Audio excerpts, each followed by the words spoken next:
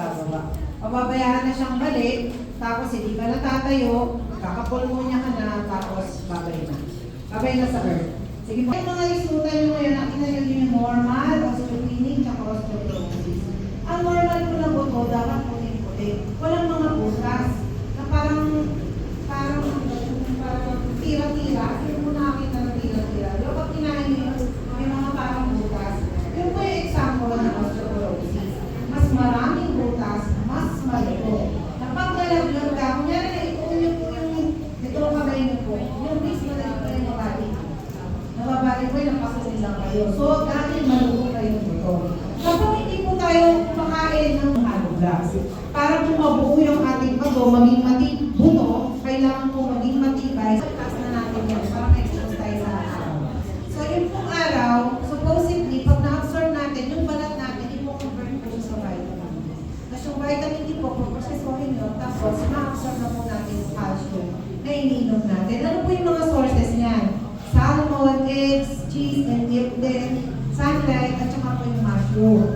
Yung morning sunlight po na mga 10 to 20 minutes, maganda po yun. Kung kaan nyo po yung mga baby pag pinapanganak, sabihin po i-expose sa sunlight. Maliban na talagang nangangailangan ng calcium. Kaya po ako ay naging bahagi ng animal. Kasi po sa dami po ng calcium na nakita ko, yung mga nag-cover sa akin ng mga ente, wala po akong nakita signal na nanila. Kasi po ito po ay gatas na nilagay sa capsule. Hindi po, mamaya po yung present ko rin yung laman ng calcium. Siya lang po yung calcium na ang laman niya ay kapareho ng component ng buto. Kaya po napakaganda ng calcium. Nakita ko po ang mga pasyente, mga teenager na nagluluko yung regla, nilaresita ko rin po yung calcium. Kasi growing kids yan eh. Siyempre yung buntis na may baby sa loob ng tiyan. Alam niyo po ba na kapag ang mami ay hindi uminom ng calcium habang siya ay buntis, si baby magiging matibay pa rin ang buto niya. Pero si mami hindi na.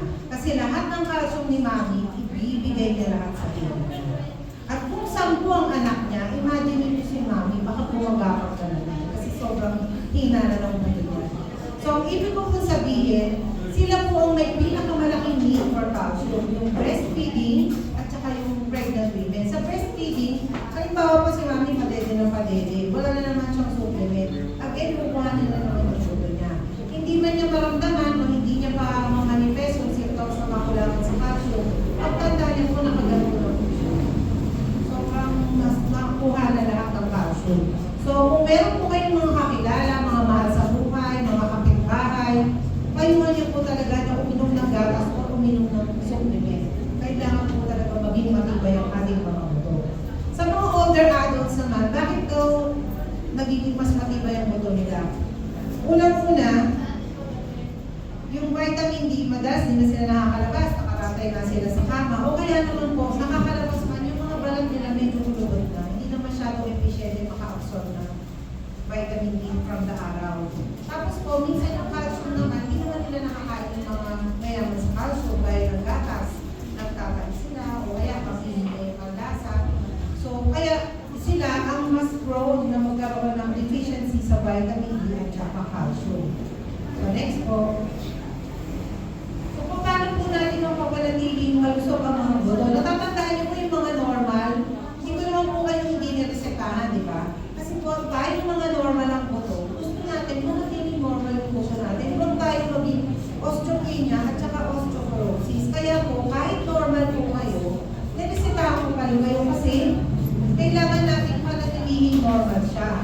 At kung osteopenic naman, yung Minnesota osteopenic, huwag naman po mawalan ng pag-asa. Kasi pwede naman po siyang maging osteopenic pa rin hanggang, o maibalik natin sa normal. Depende po dun sa kakayahan ng intestine yung mag-absorb ng calcium at saka vitamin D para maibalik natin siya ulit sa normal.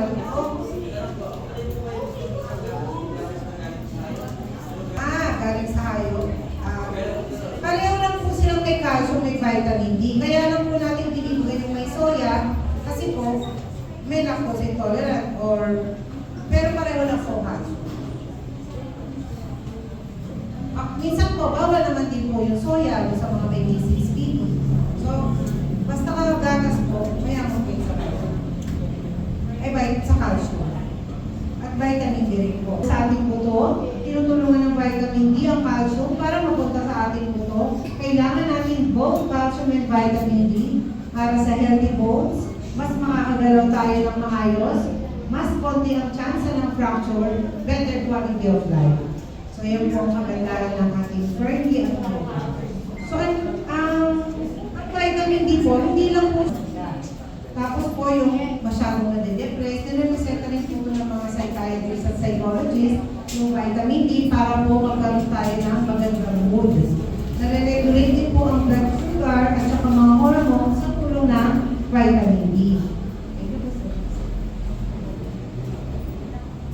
Yung vitamin D po, ginawa ng hyper, cholecalciferol, ang dose po niya sa bawat soft gel ay may 1,000 international unit. Ito po ay isang sikat Filipino-made. Ang raw materials po gaya na nabanggit ni Ma'am Adel ay de kalidad galing sa DSM Switzerland.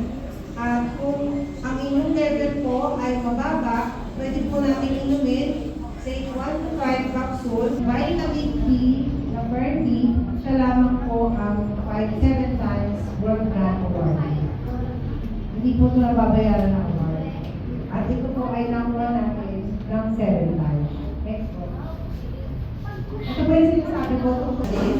Sa pamamagitan po ng digital rectal exam, kinakapa po ng doktor kung malaki na po yung prostate gland nyo. Which is natural or normal po sa mga kalalakihan. Ang masama po kung yung paglaki ng prostate maging cancer. So yun po yung dapat i-monitor sa ating mga kalalakihan.